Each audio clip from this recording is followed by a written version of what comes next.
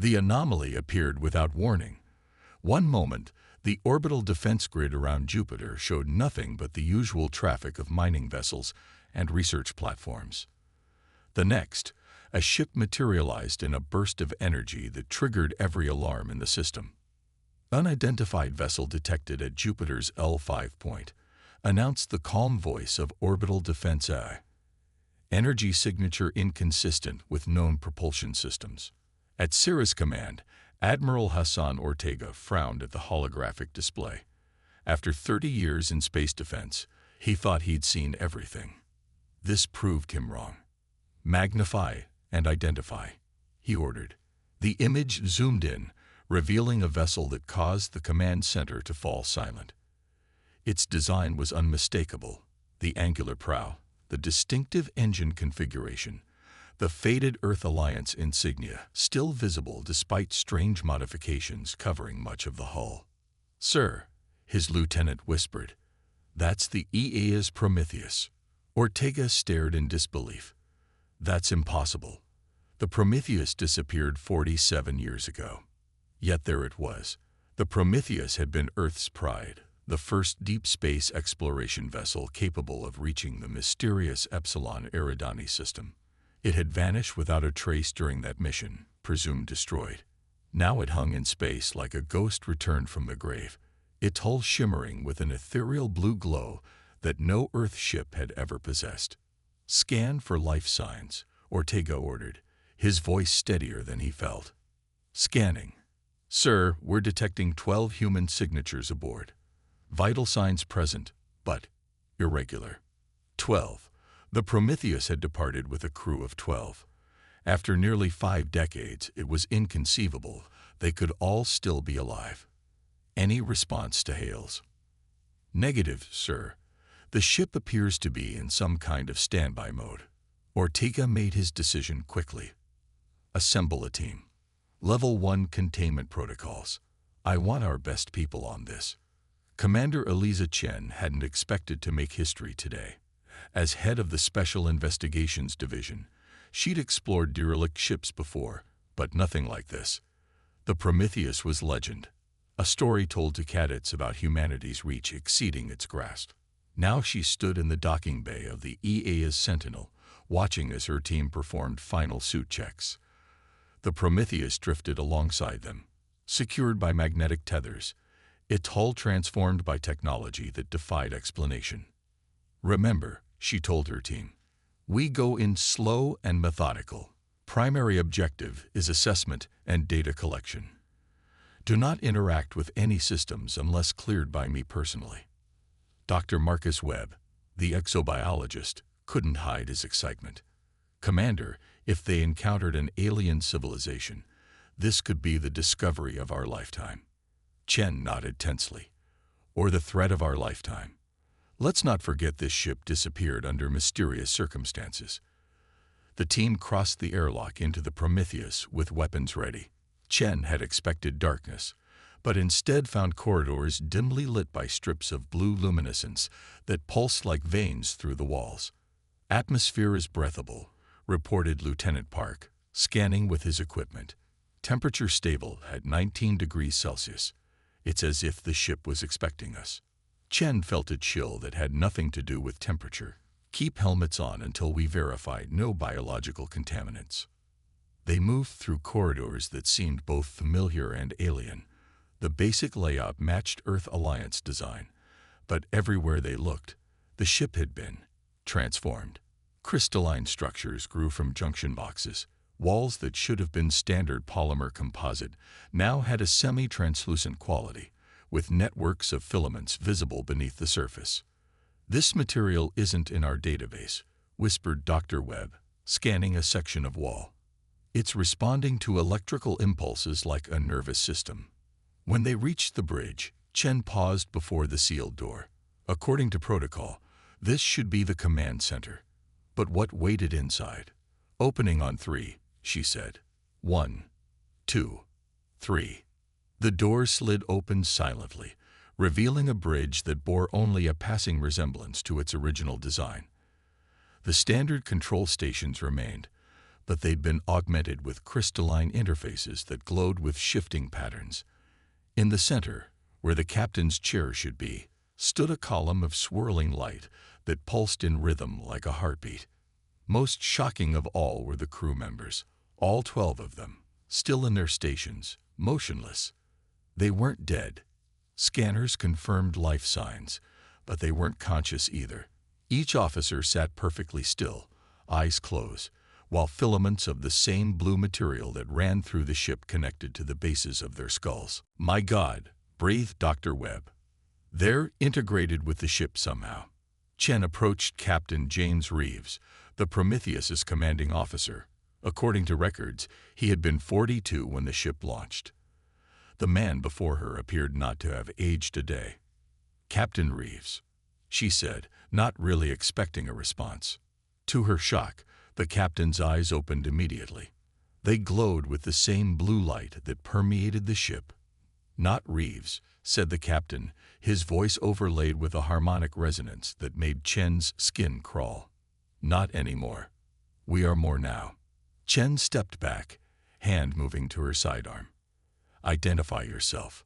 The captain, or whatever was using his body, tilted his head. "We are Prometheus. We are crew. We are what humanity will become."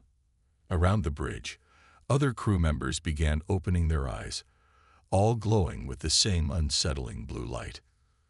"Commander," called Park urgently, "the ship's systems are powering up. Something's accessing our databases through the docking connection." Chen made a split-second decision. "Sever the link. All team members, defensive positions." The captain raised a hand. "No need for alarm, Commander Chen. We mean no harm to our own kind." The fact that it knew her name without introduction only heightened her unease. "Our kind. What happened to you out there? Where have you been for 47 years? A smile crossed the captain's face. "Time flows differently beyond the veil. For us, it has been centuries. We have seen the future of humanity's evolution and helped to guide it." The central column of light pulsed more intensely, projecting a holographic star chart that filled the bridge. It showed regions of space far beyond any Earth vessel had explored. "We encountered the architects," the captain continued, "an ancient species that has guided the evolution of sentient life for millions of years. They recognized humanity's potential and its danger." The hologram shifted to show strange vessels of crystalline design, beautiful and terrible in their alienness. "They attempted to destroy us, fearing what humanity might become. Instead, we evolved. The ship protected us, changed us, and now we have returned to prepare Earth." "Prepare Earth for what?" Chen demanded. "First contact." The word hung in the air like a death sentence. "The architects know we escaped. They know we've returned. And they will come to ensure humanity never reaches its true potential." Before Chen could respond, her communicator crackled. Admiral Ortega's voice came through, tense and urgent. "Commander Chen, multiple vessels approaching your position. Earth Defense Force. They're ordering you to evacuate immediately. The Prometheus has been designated a level alpha threat." The captain, or the entity wearing his form, smiled sadly. "And so it begins. The fear, always the fear, but you need not be afraid, Commander Chen." He reached out, touching her helmet with one finger. The material should have blocked any contact, but Chen felt a jolt like electricity surge through her mind, filling it with images, stars exploding, civilizations rising and falling, and humanity spreading across the galaxy not as conquerors but as something new, something transcendent. "What did you do to me?" she gasped, staggering back. "Showed you what's at stake. The architects wish to prune the cosmic tree, to remove what they see as a dangerous branch. We have returned to ensure humanity has a choice in its future." The ship shuddered as magnetic clamps locked onto its hull. "The EDF vessels preparing for forced relocation." "Your people fear what they don't understand," said the captain. "But understanding is coming, whether they're ready or not." As if on cue, the other crew members rose from their stations in perfect synchronization, The blue filaments detached from their bodies, retreating into the walls of the ship. "We needed to remain connected during transit," explained the captain. "But now we walk again among our kind." Chen watched in astonishment as the crew began to move with purpose, checking systems, interfacing with the alien technology as if they'd been born to it. "Commander," called Park, "we've got incoming troops. EDF Special Forces boarding at multiple points." The captain nodded calmly. "The authorities will attempt to seize this vessel, to study its technology, to weaponize it. This cannot be permitted. The knowledge we carry is for all humanity, not for nations or factions." Chen found herself caught between duty and the overwhelming sense that something monumental was happening, something beyond military protocol. "What are you going to do?" she asked. "Share," said the captain simply, "as was shared with us." The ship's lights pulsed once, brilliantly, and Chen felt another surge of information flood her consciousness. Not just images this time, but understanding.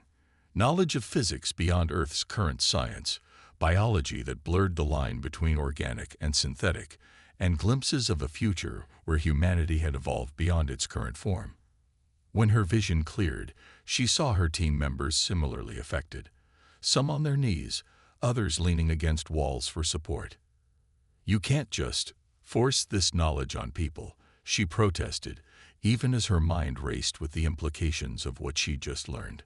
"We aren't forcing anything," replied the captain. "We're offering a choice. The architects are coming, Commander Chen. Humanity can face them as it is, fragmented, technologically primitive by comparison, doomed to be guided or pruned as they see fit. Or humanity can evolve, can claim its birthright among the stars." The door to the bridge burst open as EDF troops poured in, weapons raised. "By authority of the Earth Defense Force, this vessel is now under quarantine," shouted their commander. "All personnel are to be detained for decontamination and debriefing." Chen found herself standing between the troops and the Prometheus crew, facing an impossible choice. "Commander Chen, step aside," ordered the EDF commander. But before she could move, the captain placed a hand on her shoulder. "They cannot understand yet what is at stake. But you do, don't you?" And she did. Somehow, impossibly, she understood that the returning Prometheus wasn't just a ship. It was a harbinger, a threat, yes, but also of unprecedented opportunity.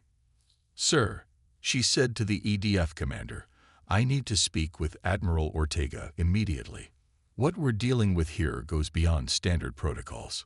"Your concerns are noted, Commander," he replied coldly, "but my orders are clear." As the troops moved to secure the bridge, the central column of light pulsed once more, and the captain smiled. "It's already too late," he said softly. "The signal has been sent. Earth now knows the Prometheus has returned, and what it carries." Throughout the solar system, communication networks suddenly carried the same message. Images of the architects, of the evolved technology, of humanity's potential future, not forced into minds as Chen had experienced, but offered freely. The choice had begun. And somewhere, beyond the edge of known space, something ancient stirred in response to the Prometheus's return, preparing to ensure that humanity's choice would be its last. 2 weeks after the Prometheus's return, Earth teetered on the edge of chaos. In Geneva, the United Earth Council chamber echoed with angry voices as representatives from every nation argued over the implications of what was now called the Prometheus event. Massive screens displayed footage of public demonstrations worldwide, some celebrating the technological revelations, others protesting what they saw as alien corruption. Admiral Ortega stood before the council, face haggard from lack of sleep. "The quarantine protocols have failed," he admitted. "We cannot contain the information the Prometheus has released. Civilian networks worldwide are flooded with blueprints, equations, and concepts that, according to our best scientists, could advance our technology by a century overnight. And you still claim this is a threat?" demanded the representative from the African Union. "These advancements could solve our energy crisis, eliminate scarcity." At what cost? Countered the European representative. We're talking about technology that merges human biology with machine intelligence. The Prometheus crew are barely human anymore. On a secure military base in Nevada, Commander Eliza Chen watched the council broadcast with mixed emotions. After their encounter on the Prometheus, she and her team had been placed under observation, officially for potential contamination, but primarily because of what they now knew. The door to her quarters slid open. Dr. Webb entered, followed by Lieutenant Park. Neither looked like they'd slept much either. "They're waking up," said Webb without preamble. "The Prometheus crew, all of them." Chen rose immediately. "Take me to them." Security protocols had been tightened, but Chen's command clearance still functioned. The three made their way to the medical wing where the 12 crew members of the Prometheus had been kept in isolation. Through observation windows, Chen could see medical staff in full containment gear monitoring the crew. Captain Reeves sat calmly on the edge of his bed, the unnatural blue glow in his eyes, now subdued but still present. He turned as if sensing her presence, looking directly at her through the one-way glass. Dr. Avery Kim, the lead physician, approached them. "They're stabilizing," she reported. "Physically, they appear human, albeit with significant modifications at the cellular level. Their DNA shows signs of artificial manipulation, precisely engineered changes we can't begin to understand." "And mentally?" Chen asked. Dr. Kim hesitated. "That's where it gets complicated. Their brainwave patterns are unlike anything we've ever recorded. They appear to be in constant communication with each other, even when separated. And their cognitive abilities." She shook her head in wonder. "Captain Reeves solved mathematical problems in seconds that would take our supercomputers hours to process." A military officer approached, saluting Chen. "Commander, General Williams requests your presence in Conference Room Alpha. Priority 1. Conference Room Alpha was a secure facility deep within the base. When Chen entered, she found not only General Williams but several high-ranking officials from various branches of government and military. "Commander Chen," began General Williams without preamble, "our deep space monitors have detected something concerning. 3 days ago, we picked up unusual energy signatures at the edge of our solar system. 6 hours ago, those signatures resolved into vessels of unknown configuration. They're heading toward Earth. The holographic display showed objects that resembled crystalline shards, moving with impossible precision and speed." "The architects," Chen whispered. "That's what the Prometheus crew are calling them," confirmed Williams grimly. "According to Captain Reeves, these beings have been guiding, or constraining, the evolution of intelligent life for millions of years. They identify species with potential and either guide their development or eliminate them if they're deemed too unpredictable. And humans are unpredictable," Chen concluded. "Exceptionally so, by their standards." Williams brought up another display showing weapon systems being deployed throughout the solar system.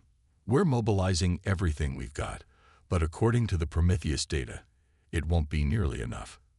These beings have technology that could render our entire defense system obsolete in moments." Chen studied the approaching vessels. There must be another option besides fighting. If they're as advanced as the data suggests, war would be suicide. "Which brings us to why you're here, Commander." Williams nodded to an aide, who handed Chen a security badge. "The President has authorized a special task force. You're being assigned as liaison to the Prometheus crew. If there's any hope of communicating with these architects, it may lie with them."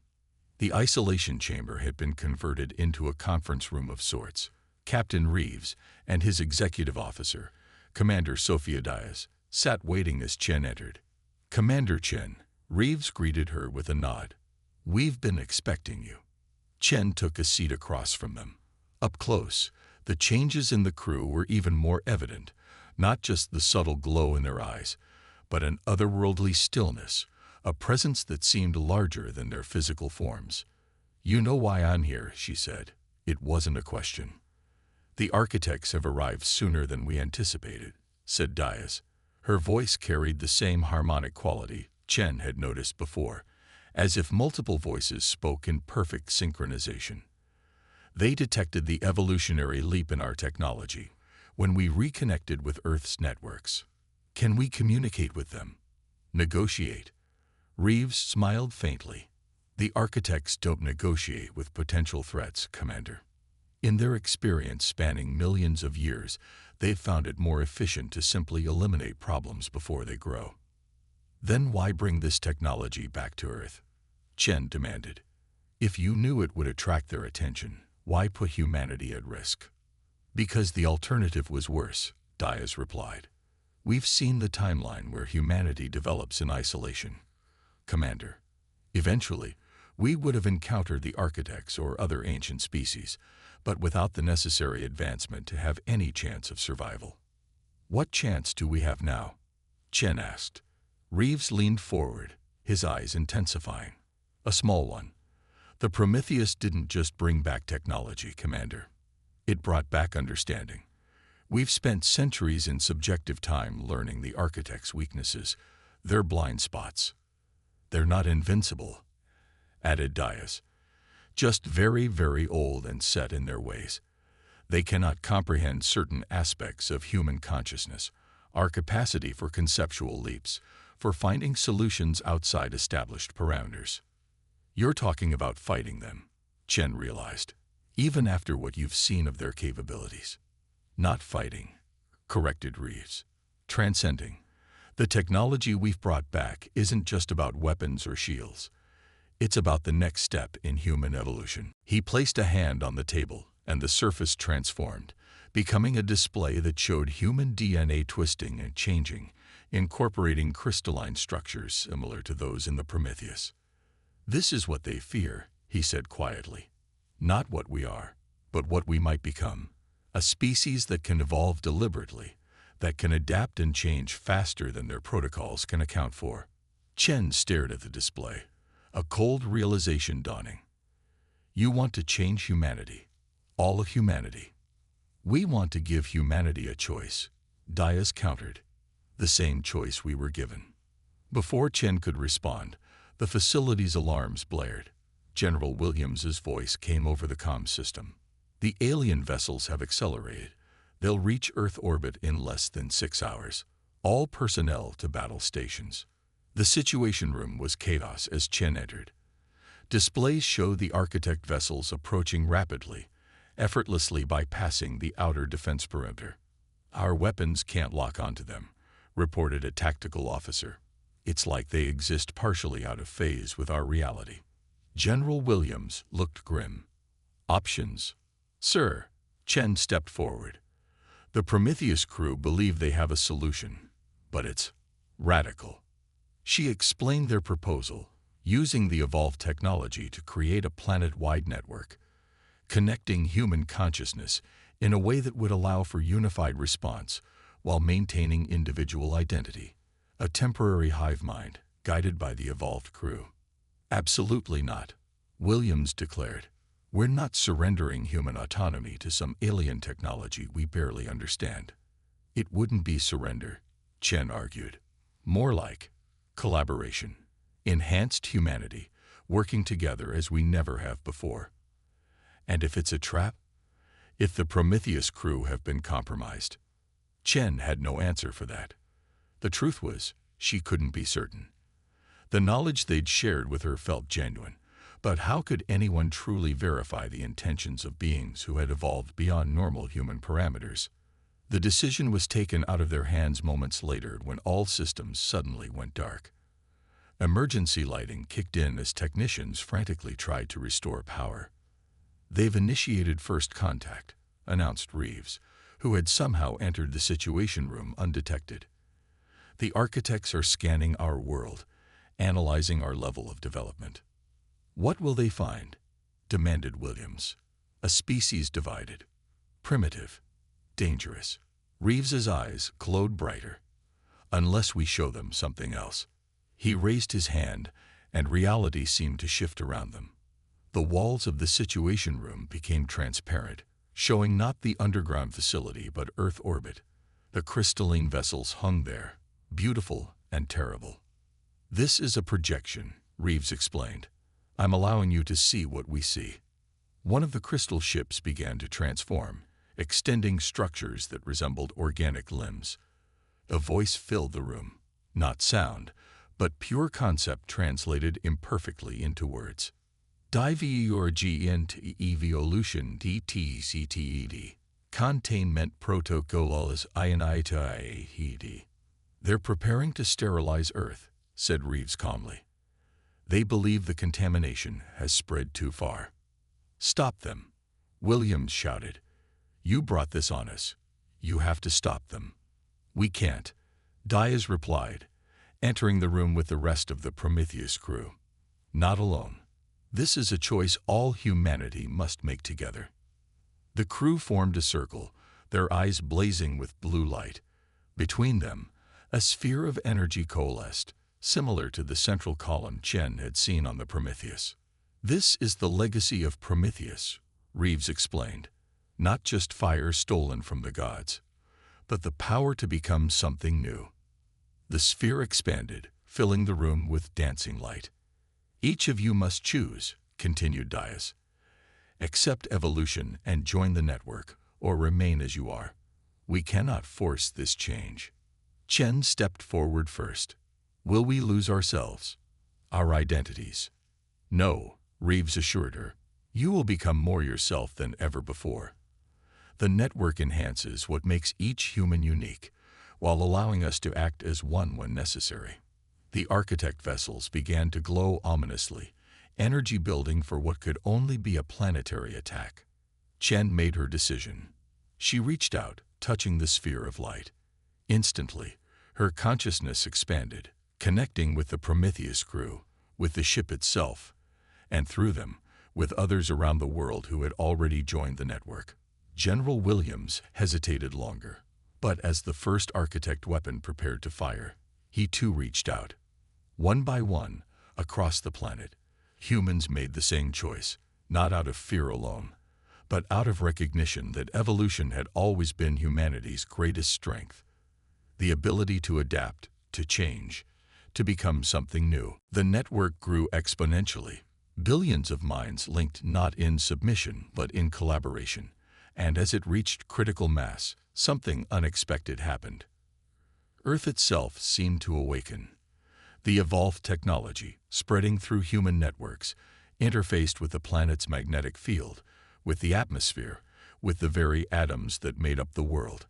For a brief, transcendent moment, humanity and Earth became one entity, conscious, unified, and impossibly complex. The architects paused their attack, confusion evident in their communications. ANOMALYDETCTED. REANALSIS required. Earth responded not with weapons but with communication, a burst of pure information, the collected knowledge and experience of billions of human minds working in perfect harmony. Not pleading for survival, but declaring it. Not begging for acceptance, but offering understanding. For an eternal moment, the two intelligences regarded each other across the gulf of evolution. Then, remarkably, the architect vessels began to withdraw. Within the network, Chen understood why. The architects had encountered something genuinely new, a planetary consciousness emerging not over millions of years of guided evolution, but in a spontaneous burst of self-directed change, a species that had taken the fire of knowledge and forged itself anew, not as conquerors, but as creators. As the immediate threat receded, the network began to dissolve, returning individuals to themselves, changed, enhanced, but still fundamentally human. The connection remained as a subtle background awareness, a potential rather than a constant state. Chen found herself back in the Situation Room, facing Captain Reeves. "They're leaving?" Williams asked in disbelief. "For now," confirmed Reeves. "We've interested them. That's not something that happens often to beings as ancient as the architects." "What happens next?" Chen asked. Reeves smiled, a genuine human expression breaking through his evolved facade. "Next, Commander Chen, humanity decides its own path. The legacy of Prometheus isn't just technology or evolution, it's choice. Free will. The very thing the architects feared we would use to destabilize the galaxy. And will we? She pressed. Destabilize the galaxy. Almost certainly, admitted Dias with a laugh. But we'll also create wonders beyond imagination. The architects maintain order through stasis.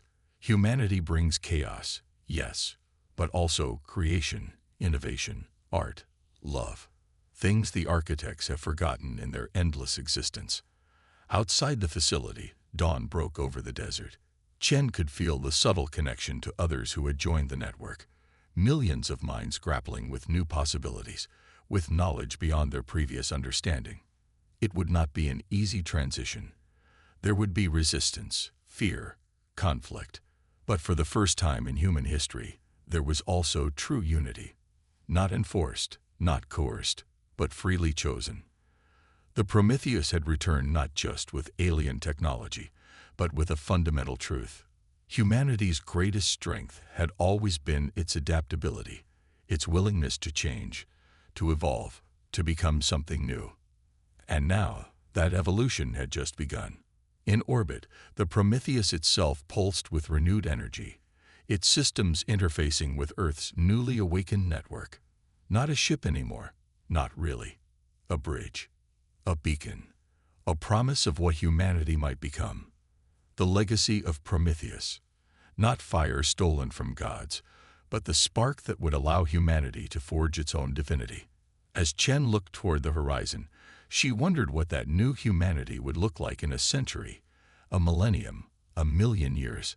For the first time, those futures seemed not just possible, but inevitable. The architects would return someday. But when they did, they would not find the same species they had left behind. They would find something new.